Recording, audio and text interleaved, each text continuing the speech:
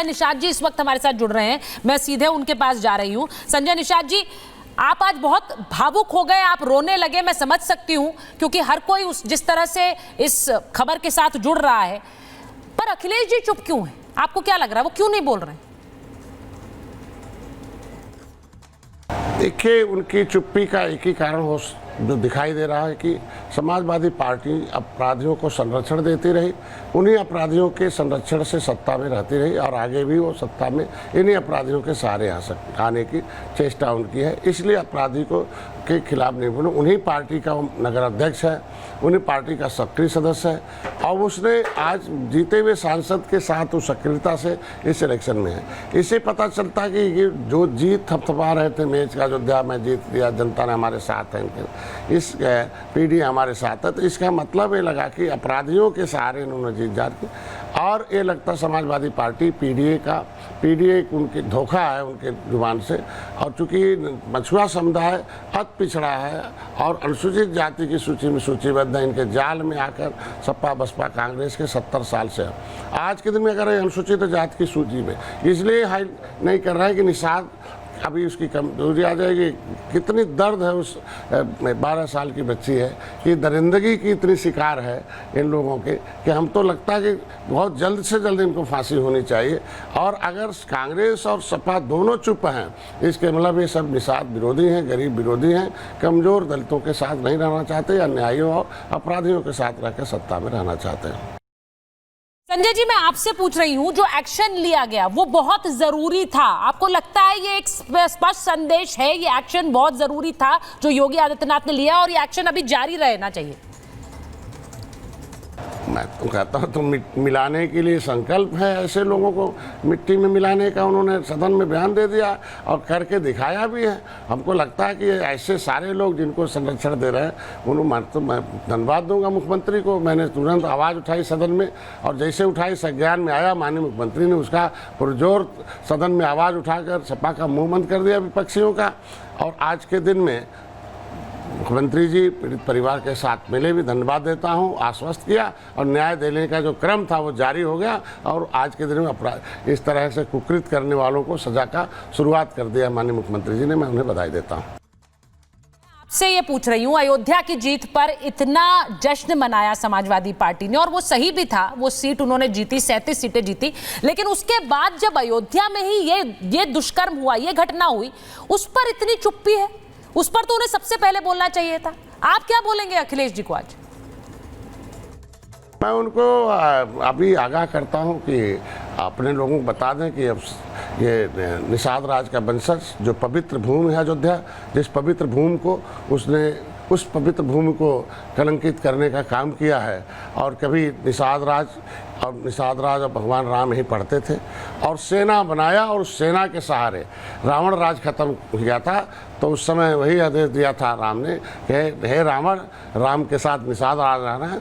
तो ये लोग अब याद कर लें कि संजय आ रहे हैं और अगर नहीं निकाले तो उसके खिलाफ तो, और मैं चाहता हूं कि अभी पार्टी से वर्तमान सांसद जो इनके है उसके खिलाफ पार्टी से निकालें, इस्तीफे की मांग करता हूं। अगर नहीं करते हैं तो आज ही मैं उनको कहता हूं कि समाजवादी पार्टी के कार्यालय के सामने पूरे प्रदेश का निषाद जाके धरना देगा और धरना देगा तब तक धरने बैठेगा जब तक उसे पार्टी से निकाल नहीं दिया जाता और इसके खिलाफ कार्रवाई नहीं हो जाती है और संसद के भी इस्तीफा नहीं ले लेते, क्योंकि उनको खुद संरक्षण दे रहे हैं। और आज के दिन में इससे बड़ा क्या हो सकता है? अभी पता चला कि मैं जब मिलने गया पड़िता से जा रहा तो पता चला कि वहाँ का जो नगर अध्यक्ष है, जो वहाँ का जो वर्तमान में चेयरमैन है राशिद, वो आके धमकी दे रहा था। तो इस तरीके से धमकी देने वाले लोगों के लिए भी सोच लें कि आज क्या अंजाम हो सकता है। तो आज के दिन में ऐसे जितने भी हैं, हम तो चाहूँगा सपा से कि जितने भी इस तरीके के अपराधी हैं वो पार्टी से बाहर निकालें और निषादों को साथ दें। और जो निषाद 200 जीत के आए हैं, कम से कम उनका मुंह इतना न सील दे कि वो निषाद बेटी पीड़ित है, उसके लिए जुबान न खोल पावे। संजय जी, बहुत बहुत धन्यवाद हमसे बात करने के लिए। आपने जो बात बोली है वो सिर्फ एक बेटी के लिए नहीं है, हर बेटी के लिए उसी तरह आवाज उठाना बहुत जरूरी है। और आपने सही कहा कि अपराधी का कोई धर्म जाति नहीं होता। बहुत बहुत धन्यवाद। ममता जी, जो बात संजय निषाद कह रहे हैं, वो जिस तरह से रो रहे थे, भावुक हो गए थे, उन्होंने कहा कि अगर मैं अपने समाज के लिए कुछ नहीं कर सकता तो मेरा काम ही क्या है।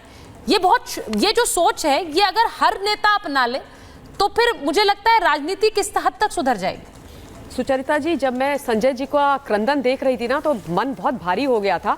और मैं ऐसा मैं नहीं मानती हूँ, ये सच है कि अगर किसी व्यक्ति की हत्या कर दी जाए तो वो सिर्फ एक बार मरता है, लेकिन रेप, और वो भी सामूहिक, वो जो रेप होता है ना, उससे वो जो बच्ची है और कोई भी महिला है वो बार बार मरती है, उसकी आत्मा मरती है, उसका शरीर मरता है, उसका मन मर जाता है। और ये बहुत ही खतरनाक चीज है। और मैं एक चीज और बोलना चाहती हूँ कांग्रेस पार्टी के लिए, और सिर्फ ये बोलना चाहती हूँ कि वो पार्टी है कांग्रेस पार्टी जिसको 2 महिलाएं टॉप में गवर्न करती हैं, दोनों में से एक महिला नहीं बोली। लड़की हूं लड़ सकती हूं का नारा प्रियंका गांधी ने यूपी के चुनाव में दिया था। क्यों नहीं ये गए वहां पर अयोध्या में? नहीं जाते अयोध्या तो कम से कम बोलते तो सही। 12 वर्ष की उस बच्ची का आपको दर्द नहीं दिखाई दे रहा है? और पीडीए तो एकदम बेमाना है, उसके तो कोई मतलब नहीं बनते हैं। वो तो चुनावी जुमला था अखिलेश यादव का, केवल और केवल वोट बैंक। वो ओबीसी और दलित और पीड़ित जो लोग हैं उनको अपना समझते हैं, उनके शरीर पर चढ़ के, उनके ऊपर चढ़ के वो कुर्सी में बैठते हैं, राजा बन जाते हैं। That's about it. और अवधेश प्रसाद जी को तो मैं साफ शब्दों में ये बोलना चाहती हूँ कि आपको सही में शर्म आनी चाहिए। जिस तरीके से वो बात कर रहे थे मीडिया के साथ, जिस तरीके का उनका एटीट्यूड था, वो शर्मनाक है। और महाराज जी यानी योगी जी को मैं एक महिला होने के नाते धन्यवाद देती हूं कि आज आप बेटियों के साथ खड़े हैं, सदैव थे। और ये जो लोग हैं ना आरोपी, और खास तौर पे सपा के, उनको ये समझ जाना चाहिए कि इनके साथ जो एक्शन होगा वो होके रहेगा, और वो चेत जाएं, बच्चों के साथ कभी इस तरीके की हरकत करने का सपने में भी ना सोचे।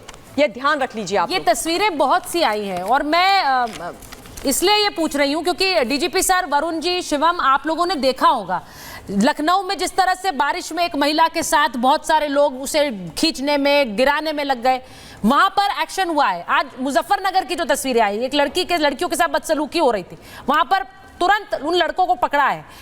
ये तस्वीरें दिखाना इसलिए भी जरूरी है क्योंकि आप क्राइम को, डीजीपी सर, तभी रोकते हैं, आप क्रिमिनल्स को रोकना है। उन्हें किस तरह से ये बताना है कि अगर आप ये हरकत करेंगे तो आपकी जगह जेल में है। आज बुलडोजर एक्शन बेकरी पर हुआ है, लेकिन ये जो व्यक्ति है, इस पर एक राजनीतिक बॉयकॉट भी और सामाजिक बॉयकॉट भी जरूरी है। मैं इसीलिए कह रही हूं, एक बार शिवम के पास जाऊंगी। शिवम, लास्ट वर्ड आप मुझे बताइए। ये बार बार विपक्ष के नेता आपकी पार्टी पर भी आरोप लगाते हैं कि बहुत सारा संरक्षण आपकी तरफ से अपने नेताओं के लिए होता है, विपक्ष पर हमला होता है। मैं चाहती हूं आप भी आज बोलें कि इस तरह के अपराधियों के लिए संरक्षण किसी भी राजनीतिक पार्टी में होना नहीं चाहिए, चाहे वो आप हो या वो कोई संरक्षण नहीं होना चाहिए। बलात्कारी के लिए कोई जगह हो ही नहीं सकती, उसके लिए कोई संरक्षण हो ही नहीं सकता। मैं फिर से कहना चाहता हूं कि हमारे पार्टी में नहीं, अलायंस में भी अगर रेवन्ना पर ये लगा तो मेरे देश के गृह मंत्री ने प्रेस कॉन्फ्रेंस करके ये कहा कि हम ना उसके साथ खड़े, पुलिस अपना काम करेगी। आप कहते हैं कि इसका इमाद खान का जो है पॉलिटिकल बाइकॉट होना चाहिए। सुचारिता जी, राहुल गांधी, अखिलेश यादव, ममता बनर्जी, प्रियंका गांधी, सोनिया गांधी और अखिलेश यादव, शिवपाल यादव, इसके अलावा आरजेडी के तेजस्वी यादव, तेज प्रताप यादव, इसके अलावा जेएमएम के, ये लोग अभी इस बात को एक्नॉलेज करने के लिए भी तैयार नहीं है कि 12 साल की